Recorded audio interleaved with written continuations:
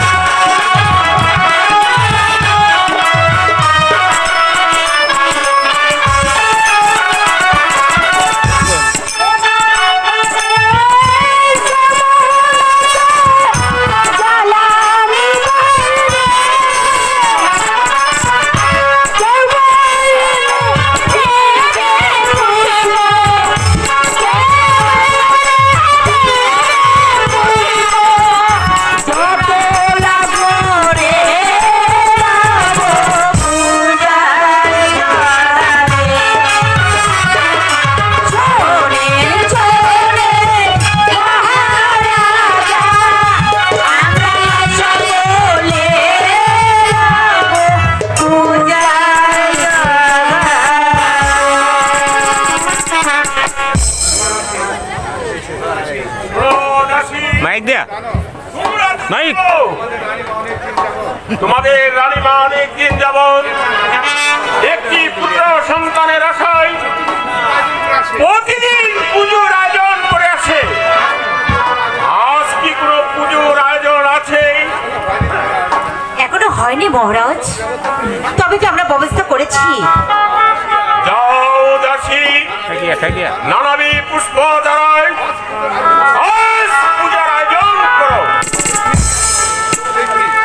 তো দেখি ওই ভগবান আমাদের প্রতি কোনো দয়া করে কিনা। ঠিক আছে, এখন আমরা তাহলে আসি।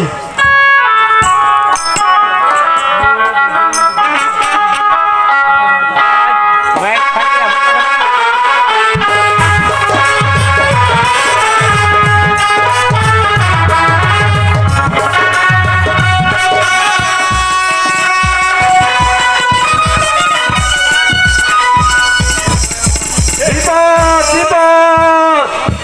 মহারাজ, খুবই বিপদ। বাবা আমার প্রতি কি কোনোদিন দয়া হলো না? কিসের বিপদ?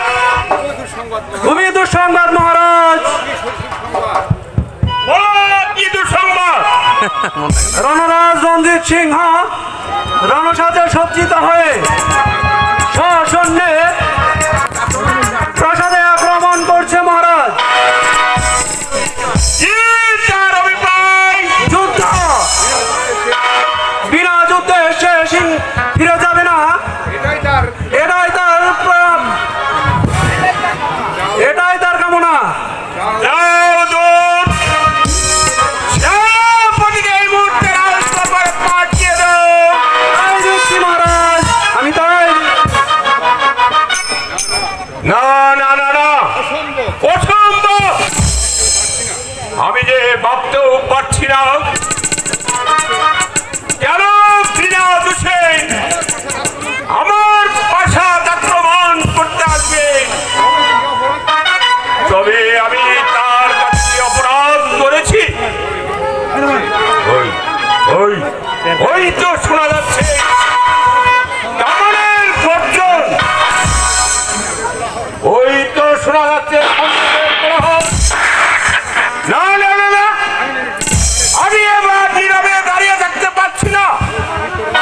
ওই পাপিষ্ঠ রঞ্জিত সিংহকে এবার আমি বুঝিয়ে দিতে চাই। মন থাকে না। আমার সাথে যুদ্ধ করার পরিণাম কত? আদেশ করুন মহারাজ। ওই সোনা সেনাপতি রঞ্জিত সিংহ, ওই রঞ্জিত সিংহের স্বর্ণগণ প্রহল করছে। ওরা নাকি আমার রাজ্যে যুদ্ধ ঘোষণা করছে। রঞ্জিত রাজা, হ্যাঁ হ্যাঁ সেনাপতি,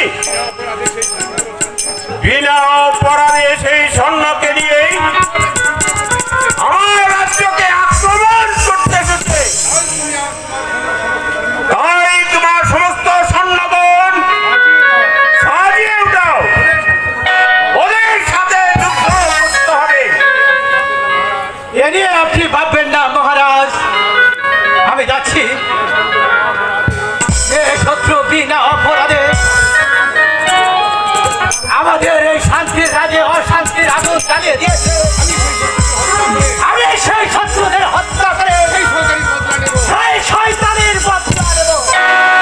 তাই করো সেনাপতি, তাই করো। বাজাও ডঙ্ক, বাজাও ছন্দ। এবার আমি অগ্নিকুণ্ডের মতো জ্বলে উঠতে চাই এবং শত্রুকে বুঝিয়ে দিতে চাই অন্যায়ভাবে যুদ্ধ করার ভয়াবহ কতদূর শাস্তি। তাই হবে মহারাজ। ওই রঞ্জিত চাঁদার শক্তি চেয়ে আমাদের শক্তি মোটেই দুর্বল নয়। ঠেকিয়া ঠেকিয়া মাতৃ ঠেকিয়া তাই আমি তাদেরকে বুঝিয়ে দেব ঠেকিয়া ঠেকিয়া এই রাজার শক্তি মোটেই দুর্বল নয়। যে অন্যায় ভাবে এই রাজ্য দখল করতে এসেছে তাদেরকে বুঝিয়ে দিয়ে তাদের বিশ্বাস ভেঙে দিয়ে আমি বুঝিয়ে দিতে চাই আমরা মোটেই দুর্বল নই, আমরা মোটেই দুর্বল নই। মাতৃশ ঠেকে কম জানা রাজা রঞ্জিত সিংহ, ঠেকিয়া তুমি যত সহজে আমাকে পরাজিত করবে না না না, এনে বসেন অসম্ভব। আমার দেহে বিন্দ রক্ত থাকতে ঠেকিয়া আমি তোমার কাছে বন্দিত্ব স্বীকার করব না। তথাই তথাই তুমি বুঝতে পারবে রাজা অজয় সিংহ মোটেই বিরোধ দুর্বল নয়, সে অন্যায়ের প্রতিশোধ নিতে জানে। তাই আমি যাচ্ছি, তোমাকে আমি হারে হারে বুঝিয়ে দিব।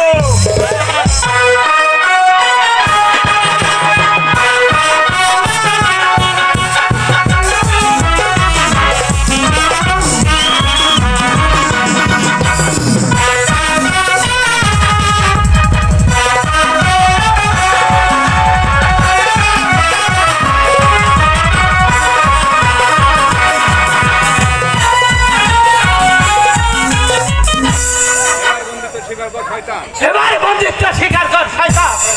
অসম্ভব, হয় মাতৃশ কো আমার জীবন থাকতেও মাতৃশ পরাজিত শয়তান।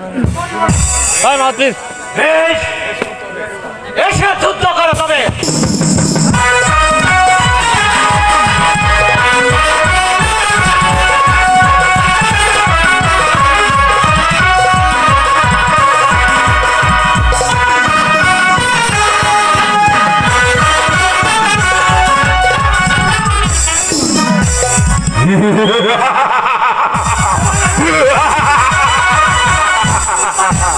এসো এসো, আমার সাথে তোমাকে যুদ্ধের পরীক্ষা দিতে হবে।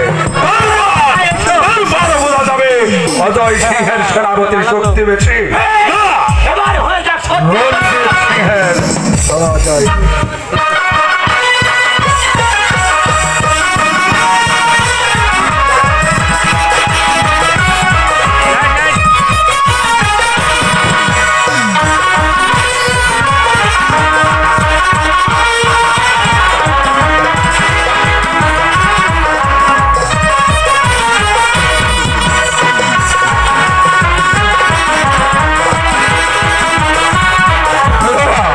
পালিয়ে গেল, পালিয়ে গেছে, শয়তান পালিয়ে গেছে। এবার এবার ধরতে হবে ওই অজয় সিংহকে।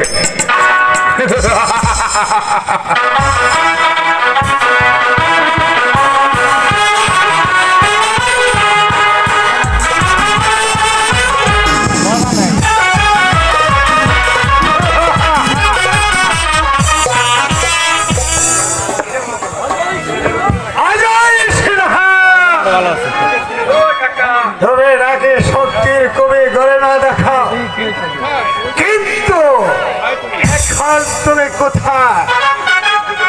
আমি আমি যে তোমাকে খুঁজে বেড়াচ্ছি।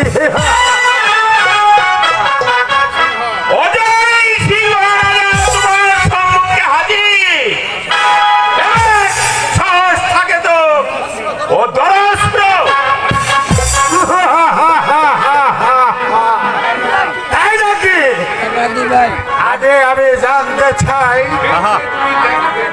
তুমি সেই সিংহাসন ত্যাগ করবে না তুমি তোমার নিজের জীবন দেবে? আমার জীবন থাকতে আমি সিংহাসন ত্যাগ করব না। প্রয়োজনে হাসতে হাসতে আমার জীবন দেব, তবে নিজের গৌরব আমি এখানে যে তোমার সেই গৌরব কবে নাই, তুমি যে আমার হাত থেকে রেহাই পাবে না। তুমিও জেনে রেখো রাজা অজয় সিংহ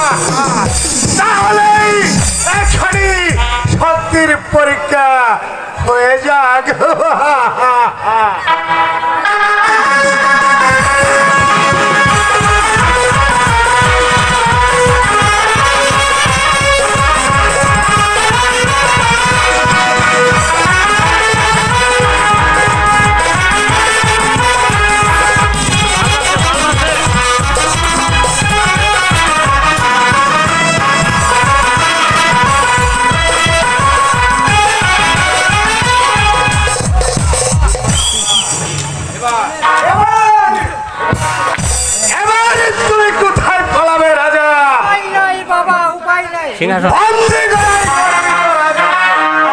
মাউথপিস মাউথপিস জামিল মাউথপিস দাও রাজার মাউথপিস দাও রাজারে দাও রাজারে রাজারে মাউথপিস দাও বলো রাজা, এখন আমি তোমার প্রাণ দেব না তুমি আমার সাথে বন্দিত্ব স্বীকারই করবে? রাজা, ঠাকিয়া ঠাকিয়া ঠিক আছে আমি যখন তোমার হাতে বন্দি, তোমার যা খুশি তাই তুমি করতে পারো, এতে কি আমার কিছুই বলার নেই। উপায় নেই রাজা, উপায় নেই। বাবা পরিষ্কার করে খুলে বলুন, এবার আপনি কি করবেন?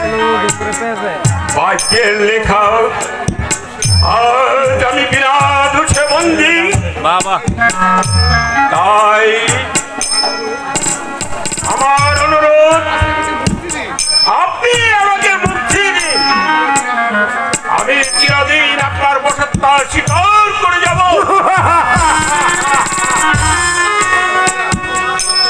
তুমি কি তাহলে সত্য বলছ রাজা? অজয় কোনদিন মিথ্যে কথা বলে না। ওর আগেই কয় বেশ বেশ, তুমি যখন আমার হাতে বসত্ব স্বীকার করেছ, তখন আমি তোমাকে আমি মুক্তি করে দিলাম। কিন্তু মনে থাকে যেন চিরদিন তুমি আমার আদেশ পালন করতে হবে হবে হবে। মহারাজ, নরোত্তম, তুমি ওনার বালনটাকে খুলে দাও। মহারাজ, আমি তাহাই রাজা, আর তোমার কোনো ভয় নেই। এখন থেকে তুমি হলে আমার বন্ধু। এসো বন্ধু, আমরা বন্ধু বলে আমি বাড়ি করি।